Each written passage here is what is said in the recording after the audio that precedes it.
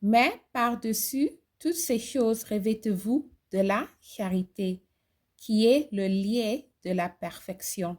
Salut les bien-aimés en Jésus-Christ et bienvenue à WIFNU, notre communauté qui lit la Bible ensemble pour connaître nos promesses qui en ont en Jésus-Christ, notre Seigneur et Sauveur, et pour nous encourager dans notre marche de la foi. On continue avec Colossiens chapitre 3. Si donc vous êtes ressuscités avec Christ, cherchez les choses d'en haut, où Christ est assis à la droite de Dieu. Affectionnez-vous aux choses d'en haut et non à celles qui sont sur la terre, car vous êtes morts et votre vie est cachée avec Christ en Dieu. Quand Christ, votre vie, paraîtra, alors vous paraîtrez aussi avec lui dans la gloire. Exhortation à la sainteté, à la charité, à la piété. Faites donc mourir les membres qui sont sur la terre, l'impudicité, l'impurité, les passions, les mauvais désirs et la cupidité, qui est une idolâtrie. C'est à cause de ces choses que la colère de Dieu vient sur les fils de la rébellion, parmi lesquels vous marchiez autrefois lorsque vous viviez dans ces péchés. Mais maintenant, renoncez à toutes ces choses, à la colère, à la limosité, à la méchanceté, à la calomnie, aux paroles déshonnêtes qui pourraient sortir de votre bouche. Ne mentez pas les uns aux autres, vous êtes déployés du vieil homme et de ses offres. Et ayant revêtu l'homme nouveau, qui se renouvelle dans la connaissance selon l'image de celui qui l'a créé. Il y a ici ni grec, ni juif, ni circoncis, ni incirconcis, ni barbare, ni scythe, ni esclave, ni libre, mais Christ est tout en tout.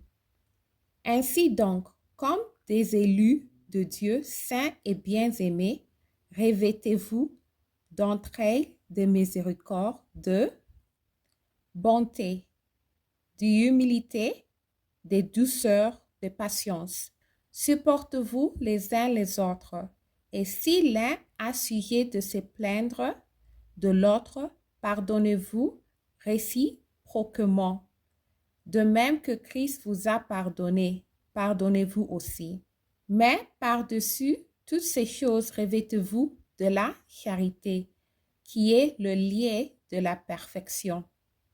Et que la paix de Christ, à laquelle vous avez été appelés pour former un seul corps, règne dans vos cœurs, et soyez reconnaissants. Que la parole de Christ habite parmi vous abondamment, instruisez-vous et exhortez-vous les uns les autres en toute sage par des psaumes, par des hymnes, par des cantiques spirituels, chantez à Dieu dans vos cœurs, sous l'inspiration de la grâce. Amen. Et quoi que vous fassiez en parole ou en offre, faites tout au nom du Seigneur Jésus, en rendant par lui des actions de grâce à Dieu le Père. Amen. Femmes, soyez soumises à vos maris, comme il convient dans le Seigneur. Maris, aimez vos femmes, aimez-vous et écrissez pas contre elles. Enfants, obéissez en toutes choses à vos parents, car cela est agréable dans le Seigneur.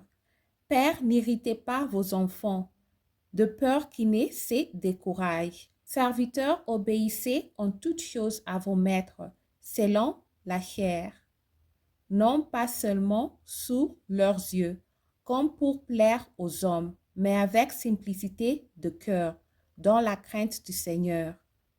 Tout ce que vous faites, faites-le de bon cœur, comme pour le Seigneur, et non pour les hommes, sachant que vous réserverez du Seigneur l'héritage pour récompense. Servez Christ le Seigneur. Car celui qui agit injustement réservera selon son injustice, et il n'y a point d'acception de personne. Merci d'avoir lu ensemble. On continue avec chapitre 4 demain. J'améliore mon français en lisant la Bible. Restez en Jésus-Christ et shalom.